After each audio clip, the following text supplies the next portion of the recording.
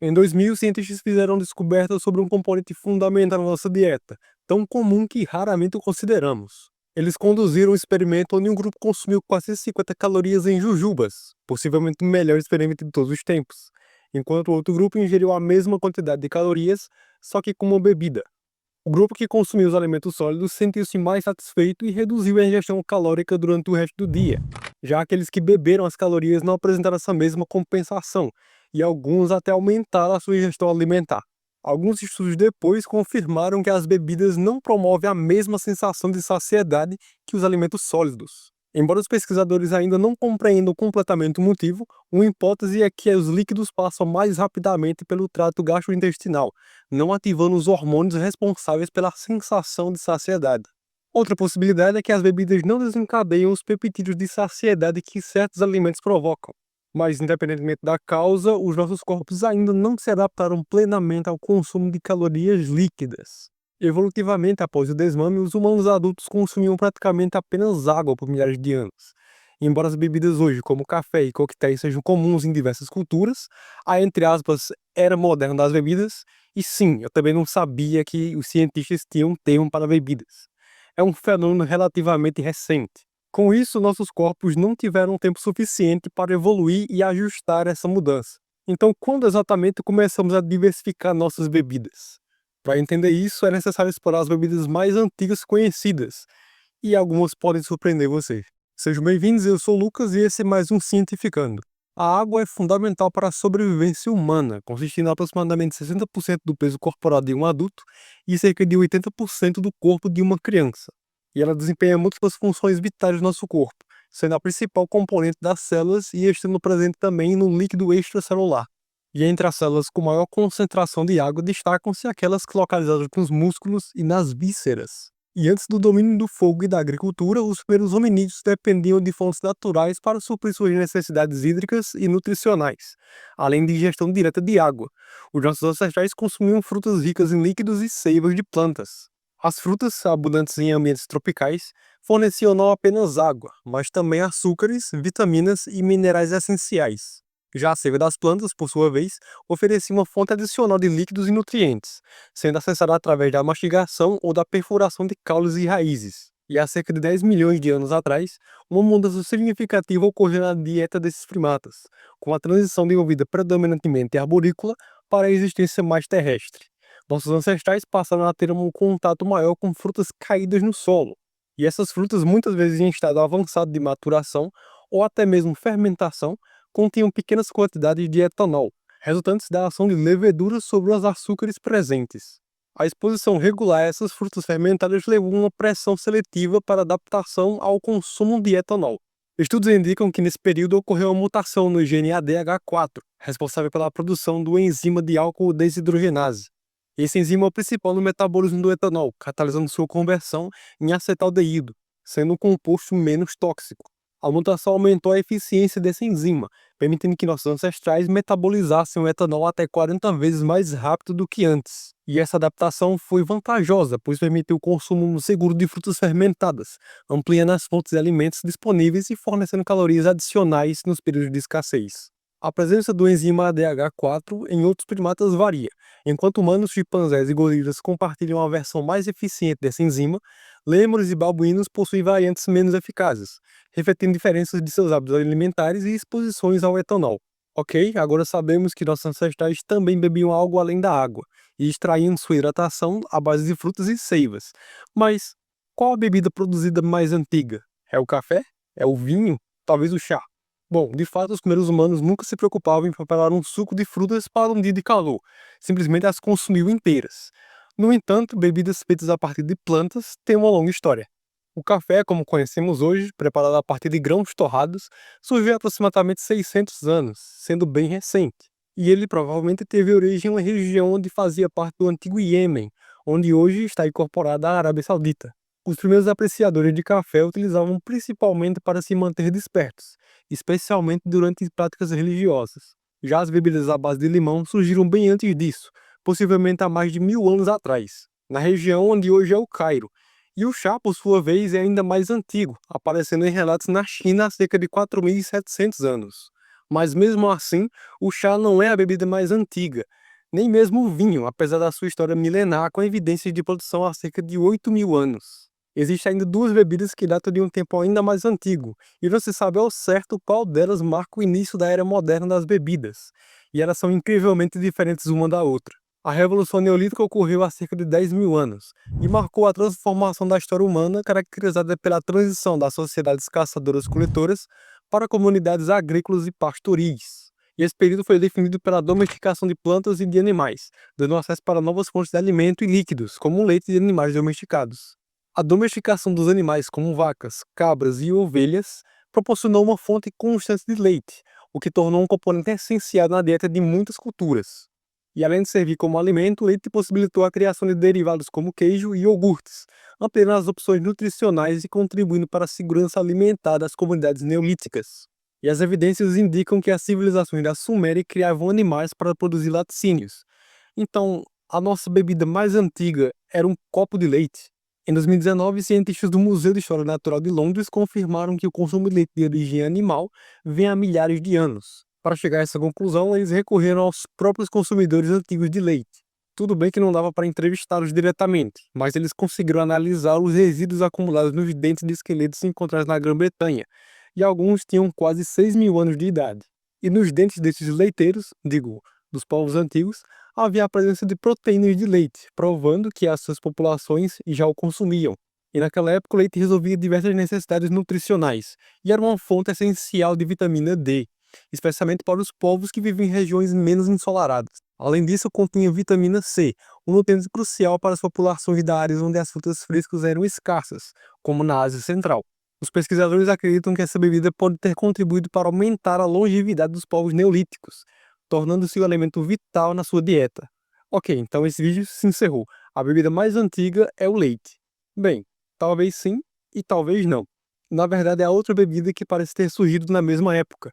E embora o leite seja uma bebida prática e nutritiva, a outra bebida é meio que o oposto.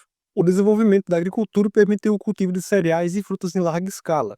A abundância desses recursos levou à descoberta e aperfeiçoamento de processos de fermentação, resultando na produção das primeiras bebidas alcoólicas, como a cerveja. Evidências arqueológicas sugerem que a fabricação de cerveja teve origem na região da Mesopotâmia, onde os sumérios já produziam uma bebida fermentada a partir de cereais.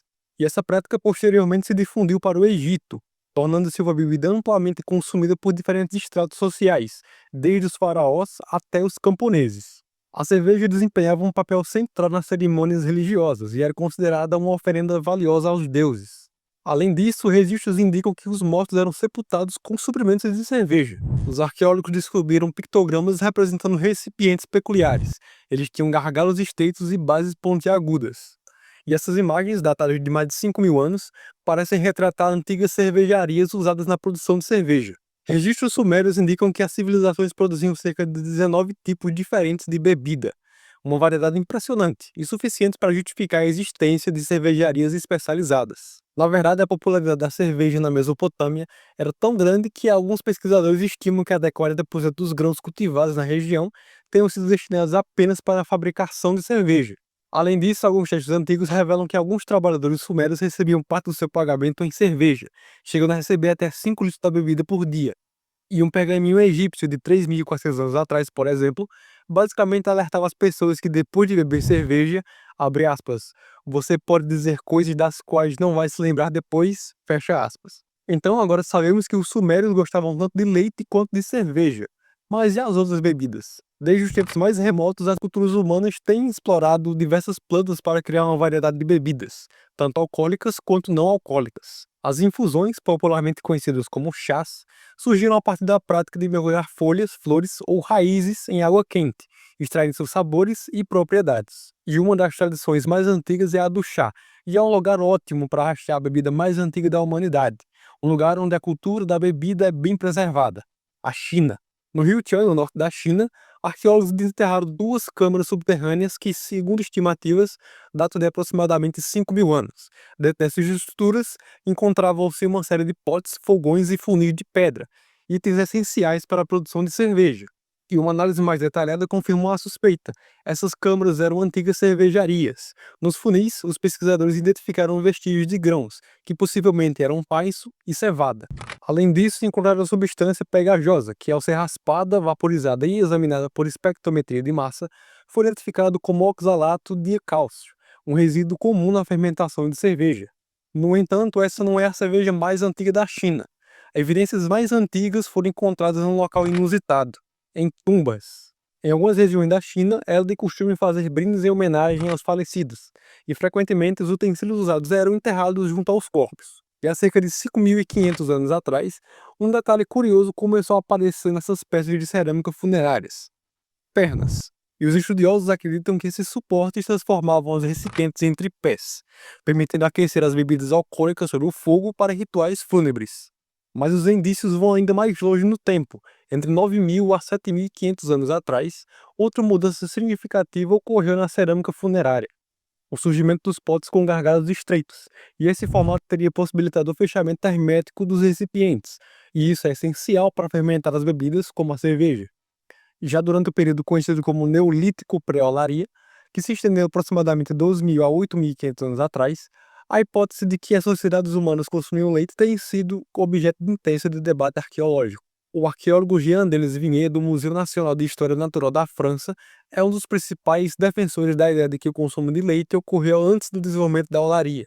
Vignet e seus colegas baseiam suas teorias na análise de ossos de cabras e ovelhas encontrados nesses sítios arqueológicos, sugerindo que esses animais eram mantidos não apenas para a carne, mas também para a produção de leite. No entanto, essa perspectiva confronta diretamente com a teoria da revolução dos produtos secundários, proposta pelo arqueólogo Andrew Charat, no início da década de 1980. E essa teoria postula que a exploração de produtos secundários dos animais, como leite e lã, ocorreu posteriormente à domesticação inicial, quando as sociedades desenvolveram estruturas mais complexas e práticas agrícolas avançadas. De acordo com Charat, a utilização sistemática desses recursos teriam se consolidado apenas durante o Calcolítico, período subsequente ao Neolítico. Pesquisas mais recentes têm buscado esclarecer essa questão por meio de análises químicas de resíduos orgânicos em cerâmicas e estudos de microdesgaste em ferramentas, visando identificar traços de processamento de leite. Rebanhos destinados à produção de leite costumam incluir animais mais velhos, pois as vacas leiteiras permanecem produtivas por muito mais tempo. Por outro lado, em rebanhos de carne, os fazendeiros geralmente sacrificam os animais quando eles chegam a um tamanho ideal.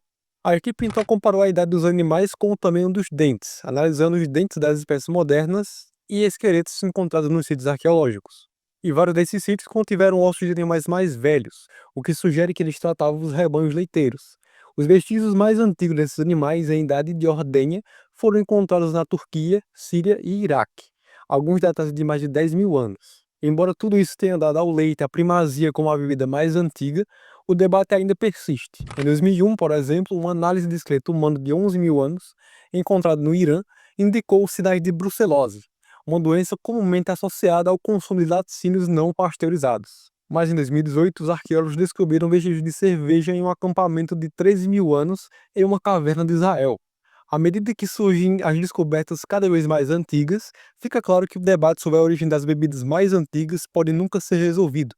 No entanto, talvez a evidência mais antiga sobre o consumo de bebidas venha dentro de nossos próprios corpos. Pesquisadores recentemente analisaram os genes que permitem aos seres humanos adultos produzirem lactase, o enzima responsável pela digestão do leite, e descobriram que as adaptações genéticas que possibilitam o consumo de leite podem ter até 20.000 anos.